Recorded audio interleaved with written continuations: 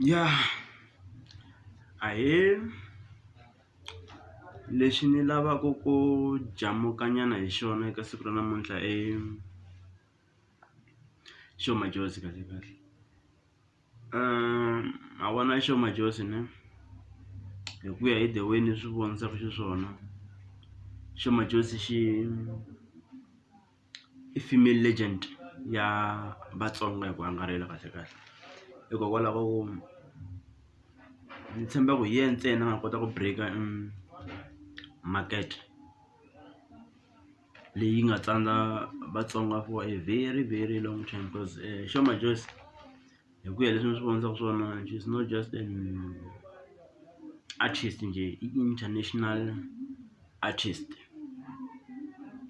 Xi hambane kule na vo mayengani na vo Mr Post ti local artist. So i munhu loyi ni vonaka ku nga ku u tirhe swinene aka ku tlakusa ririmi ra Vatsonga. Ma imagine munhu loyi mi kuma ku u kote na ku grab-a attention ya wrestler John Cena hi ku angarhela. Hi lero munhu waloye kahle kahle u na ni tshemba ku na John Cena sweswona wa swi kota ku tiva ku na ririmi leri ve nge i Xitsonga a South Africa na culture ya xibelani kahle kahle the way ni swi vonisaka swona. So xo madjozi she's way out of Mr Post and mayengani league. That's why mi kuma ku na nkarhi wo tala a xi entertain genge ya ku fana na vo manyangatsi leya ku hambi yo xi rhuketela njhani, ma twisisa. Lexi ya ku va ku xi le ka league ya vo Beyonce na vo Jay-Z. Imagine mina njhe malambani njhe ni ri busy ni rhuketela na Messi, and then Messi a ya hlamula genge ya ku fana na mina vo N'wandlaleni. Hi ndlela yin'wana swi n'wi susa ka level leyi a nga ka yona, swi n'wi vuyisa ka level ya mina ka hina vo N'wandlaleni, ma twisisa nyana. So xo madjozi ni vona hi ku ya hi mina wa deserve timendlele ta Vatsonga kahle kahle. Xi break-ile market leyi nga khale va zama mani, khale va zama ku lava ku break-a market liya ya ku fana na Makhadzi ka Vavhenda. Xi swi kotile ku ya break-a market leyi ndhavuko wa Vavhenda wu nga teka nkarhi wo leha ku va wu fikelela eka market ya yona liya. Kasi mi kuma ku vanhu lava va sapotaka xo madjozi i genge leyi nga na mali, not leyo sapota hi milomo na WhatsApp. I genge leyi nga na ndzhaka, and na ti-surroundings ta xona i vanhu lava mi kuma ku va na mali, a hi swi oxa nyama ku fana na genge leyi surround-aka vo Mr Post na vo mayengani, leyi nga ta ku loko yo twa xinghomanyana xi kha xi huma hala yi tsutsuma hi ku xavelela ku dya,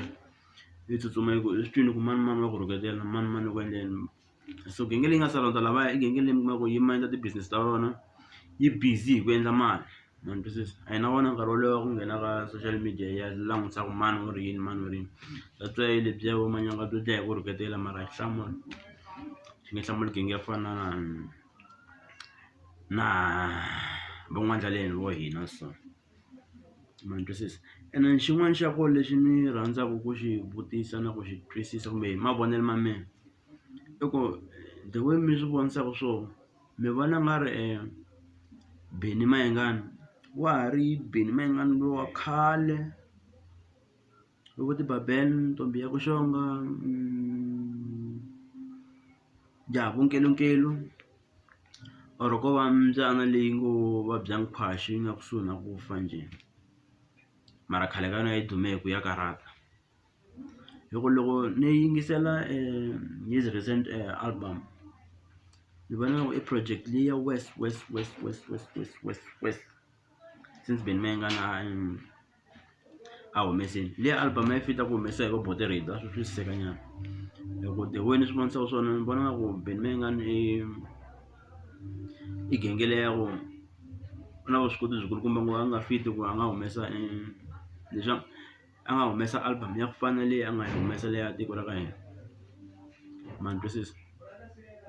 Hi ku ya hi mina liya level ya yena yi le hansi ngopfu a yi nga fit ku Benny Mayengani ku va yi humesiwa hi Benny Mayengani. Problem i ku vanhu vo tala genge yo tala leyi yi analyze-aka music wa Xitsonga ya chava ku vulavula ntiyiso hi Benny Mayengani,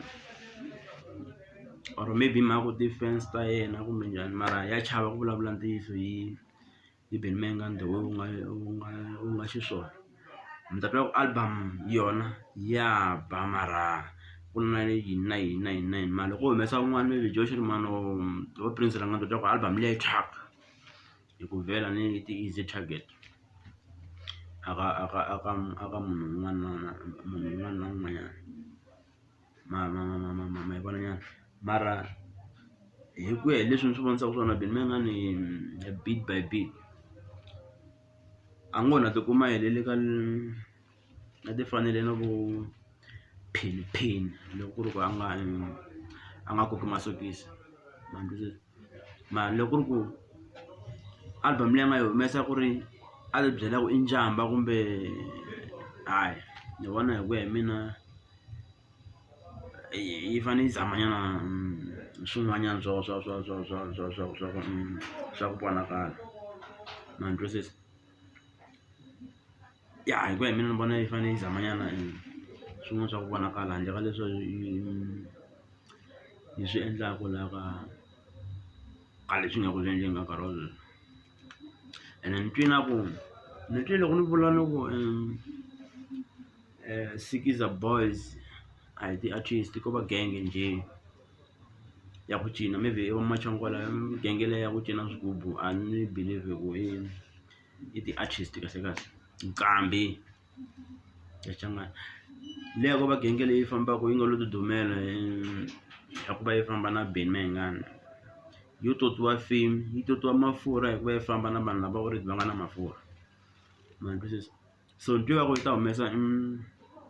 album hi ti-10 ta December, so ni twa ni swi tsakela swinene ku prove point ya mina ya ku va hisa lavaya a ku na nchumu lexi va nga xi offer-aku,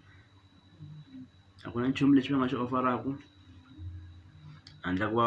vafana va le makhwayeni va ku cina njhe. So ni decide ku ni humesa maybe one song ya compete na xi-album xa vona hinkwaxo lexiya, ene hi ku beja na beja ku a ku nge vi na even a single song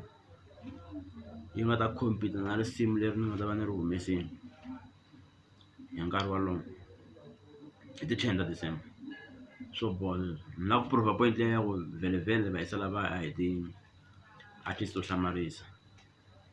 ma ni twisisa? So ni ta kombela na n'wina mi tsakelaka ku subscribe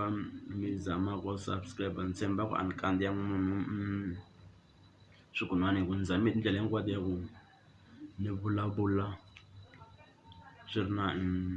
na respect nyana exikarhi. Ndza ni khomela loko ku ri ku ni vulavulela ehansi hi ku laha ni nga kona ku na vamakhelwani,